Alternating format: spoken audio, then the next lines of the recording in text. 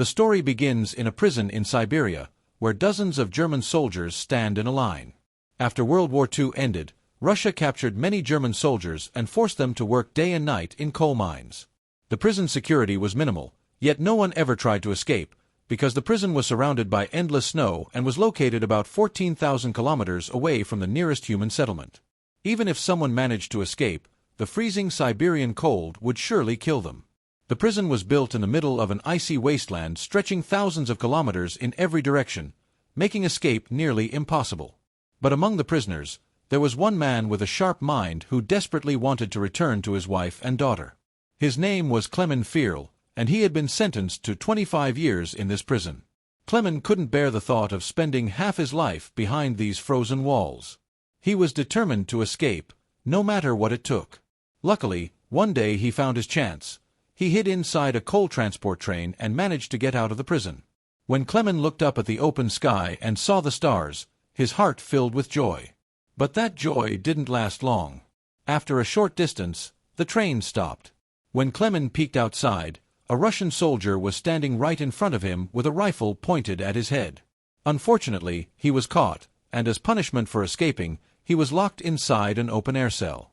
The cold was unbearable, and the freezing rain that night made his condition even worse. He wasn't kept there for a few hours. He was left in that cell for 2 whole days. After 2 days, the prison warden came to see him. The warden didn't torture him. He simply said, "Your friends have been eagerly waiting for you." When Clemens was taken back to meet the other prisoners, they were standing there with sticks and clubs, furious with him. They hadn't been given food for 2 days because of his escape attempt. Now Clemens understood what the warden had meant. The moment they saw him, the prisoners attacked and beat him brutally. He was so badly injured that he had to be admitted to the prison hospital. The doctor there was also a German prisoner. When Clemens regained consciousness, he told the doctor that he wanted to escape again and needed his help. The doctor was astonished by Clemens' courage. Even after everything he had suffered, he still hadn't given up. The doctor tried to make him understand that escaping alive from this prison was impossible, and even if he did manage to get out, he would die in the deadly cold outside. The truth was that even if he didn't escape, death was certain for him. The coal mines where he and the others worked were filled with deadly carbon fumes that slowly poisoned their bodies, causing diseases like cancer. That's why the doctor told Clemens, "You must try to escape one last time." Then the doctor gave Clemens all his warm clothes, boots, and other essentials.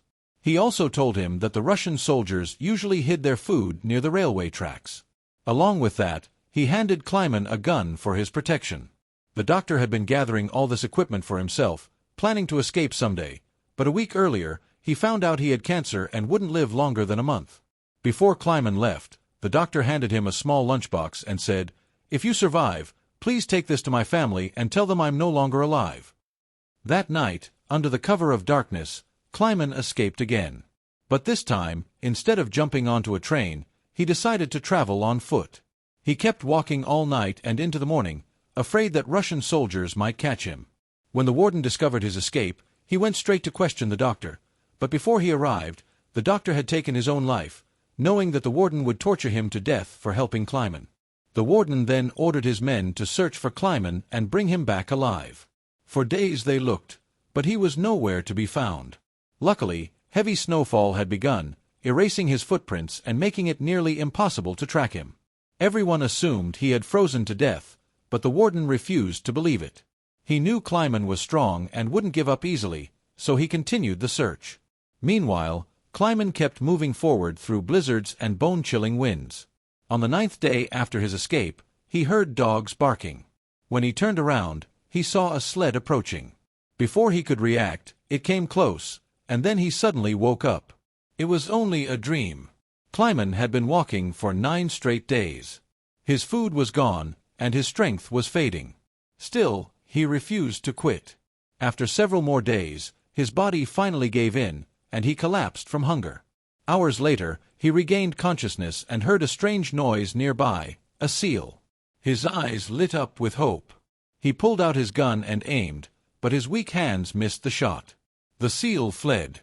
That tiny glimpse of hope drove him to chase it. While running, the ice cracked beneath his feet, and he fell into freezing water, injuring his leg. Despite the pain, he kept pursuing it. When he finally got close again, he fired his last bullet, and this time, he hit it. Overjoyed, he finally had food. After eating for the first time in days, he rested and gathered his strength. Now Clemens was completely alone.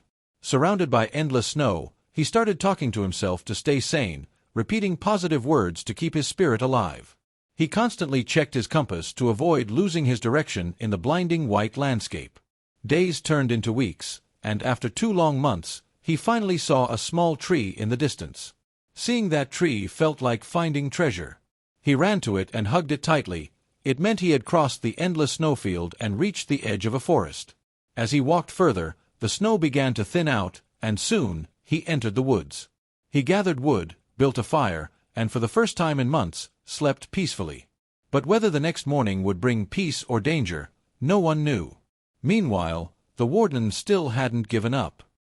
He ordered his men to extend the search to a 500-kilometer radius. Clemens, now deep in the forest, continued his journey. Suddenly, a violent snowstorm hit, uprooting massive trees. As he tried to move forward, one of them fell directly on him. Luckily, 2 men searching for gold happened to pass by and saw him. They rescued him just in time, saving his life.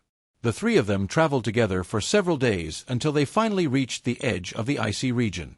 There, they found a river. To cross it, they built a small wooden raft. While crossing, they shared stories from their childhood to pass the time. But soon, the river's current grew dangerously strong. The raft started spinning out of control. One of the men lost his balance and fell into the water. He couldn't swim and began to drown.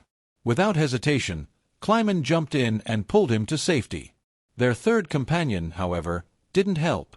Greedy and selfish, he assumed they would both die, and stole his friend's gold before leaving them behind. A while later, Clemens and the rescued man finally managed to reach the shore alive. When the second man reached the tent, he became furious with his friend and shot him dead. After that, Clemens and the other man picked up the supplies and continued their journey. For several months, they kept walking with the hope that they would find some human settlement. But soon, winter returned, and the forests were once again buried under a blanket of snow. The man was carrying heavy supplies, which made it difficult for him to walk in the snow. Seeing this, Clemens tried to help by offering to carry some of his load, saying, "Let me take it for a while." But the man grew suspicious, thinking Clemens wanted to steal his gold. In anger, he attacked Clemens and pushed him down, knocking him unconscious. A while later, Clemens regained consciousness and saw a pack of wolves approaching him. To save his life, he tried to climb a tree, but one of the wolves grabbed his leg. The tree was weak, and it snapped in the middle, causing Clemens to fall. He thought his death was certain, but suddenly, gunshots rang out. When Clemens opened his eyes, he saw that several wolves were dead, and the rest had run away. It turned out that local hunters had arrived just in time to save him. They took him to their village, where the villagers treated his injuries. After years of struggle, Clemens had finally reached human civilization. Seeing people around him filled him with joy. He stayed in the village for several days, and the people took great care of him. One day, a letter arrived in the village. It was from the warden himself. The letter said that a German soldier had escaped from their prison, and anyone who sheltered him would be considered a traitor. Reluctantly, Clemens had to leave the village, as he didn't want the villagers to suffer because of him. Before he left, the villagers gave him food supplies and a hunting dog. Now, Clemens was no longer alone on his long journey. He had a companion. They walked together for many days until they came across a lumber mill. The dog, searching for food, ran inside, and Clemens followed to bring him back. The workers recognized him and took him to the mill owner. Clemens told him his entire story, and everyone felt pity for him. They gave him food and put him on a train bound for Germany. Clemens was overjoyed, thinking he would finally return home. But he didn't know that the mill owner had informed the warden about him. Now the warden and his soldiers were waiting for Clemens at the station. Before the train reached the station, Clemens spotted Russian soldiers in the distance. Realizing the danger, he jumped off the train and ran. Unfortunately, the soldiers saw him and began chasing him. He quickly crossed the railway tracks, but suddenly, the warden appeared right in front of him. Seeing him, Clemens' heart sank. He thought all his years of effort were about to be wasted.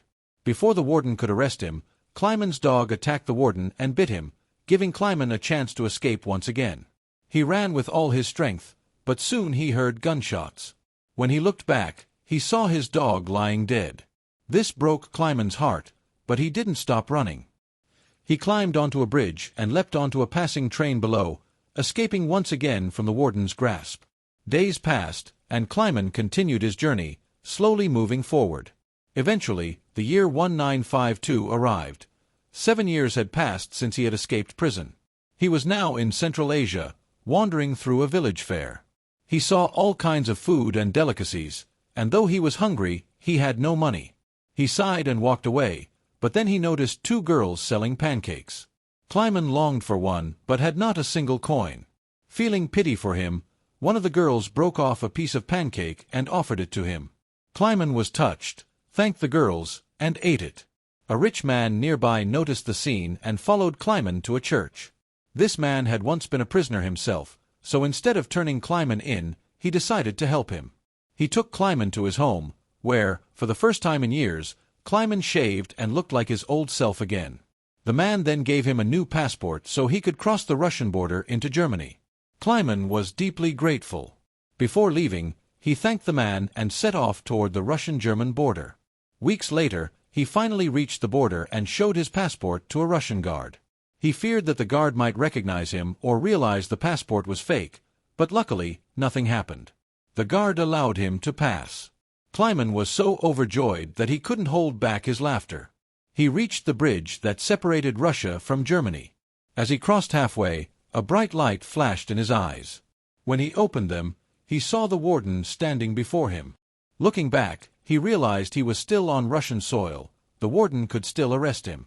Clemen's heart sank. All his years of struggle seemed wasted. But then, something unexpected happened. The warden stepped aside and allowed Clemen to pass. At first, Clemen couldn't believe it, but he gathered his courage and walked forward. The warden, moved by Clemen's courage and will to survive, decided not to arrest him. "This fight was only between 2 soldiers," he said. "You and me. And you've won. Go live your life." Finally, Clemen crossed the border and stepped onto German soil. He made his way to his hometown, where he saw his wife and daughter. A little later, they left home to go to church, and Clemen quietly followed them. His daughter had always believed that her father would one day return. When she turned around and saw him, she instantly recognized him and ran into his arms. Seeing Clemen alive after so many years, his wife's joy knew no bounds. The 3 of them embraced tightly, and thus, this true story finally came to an end.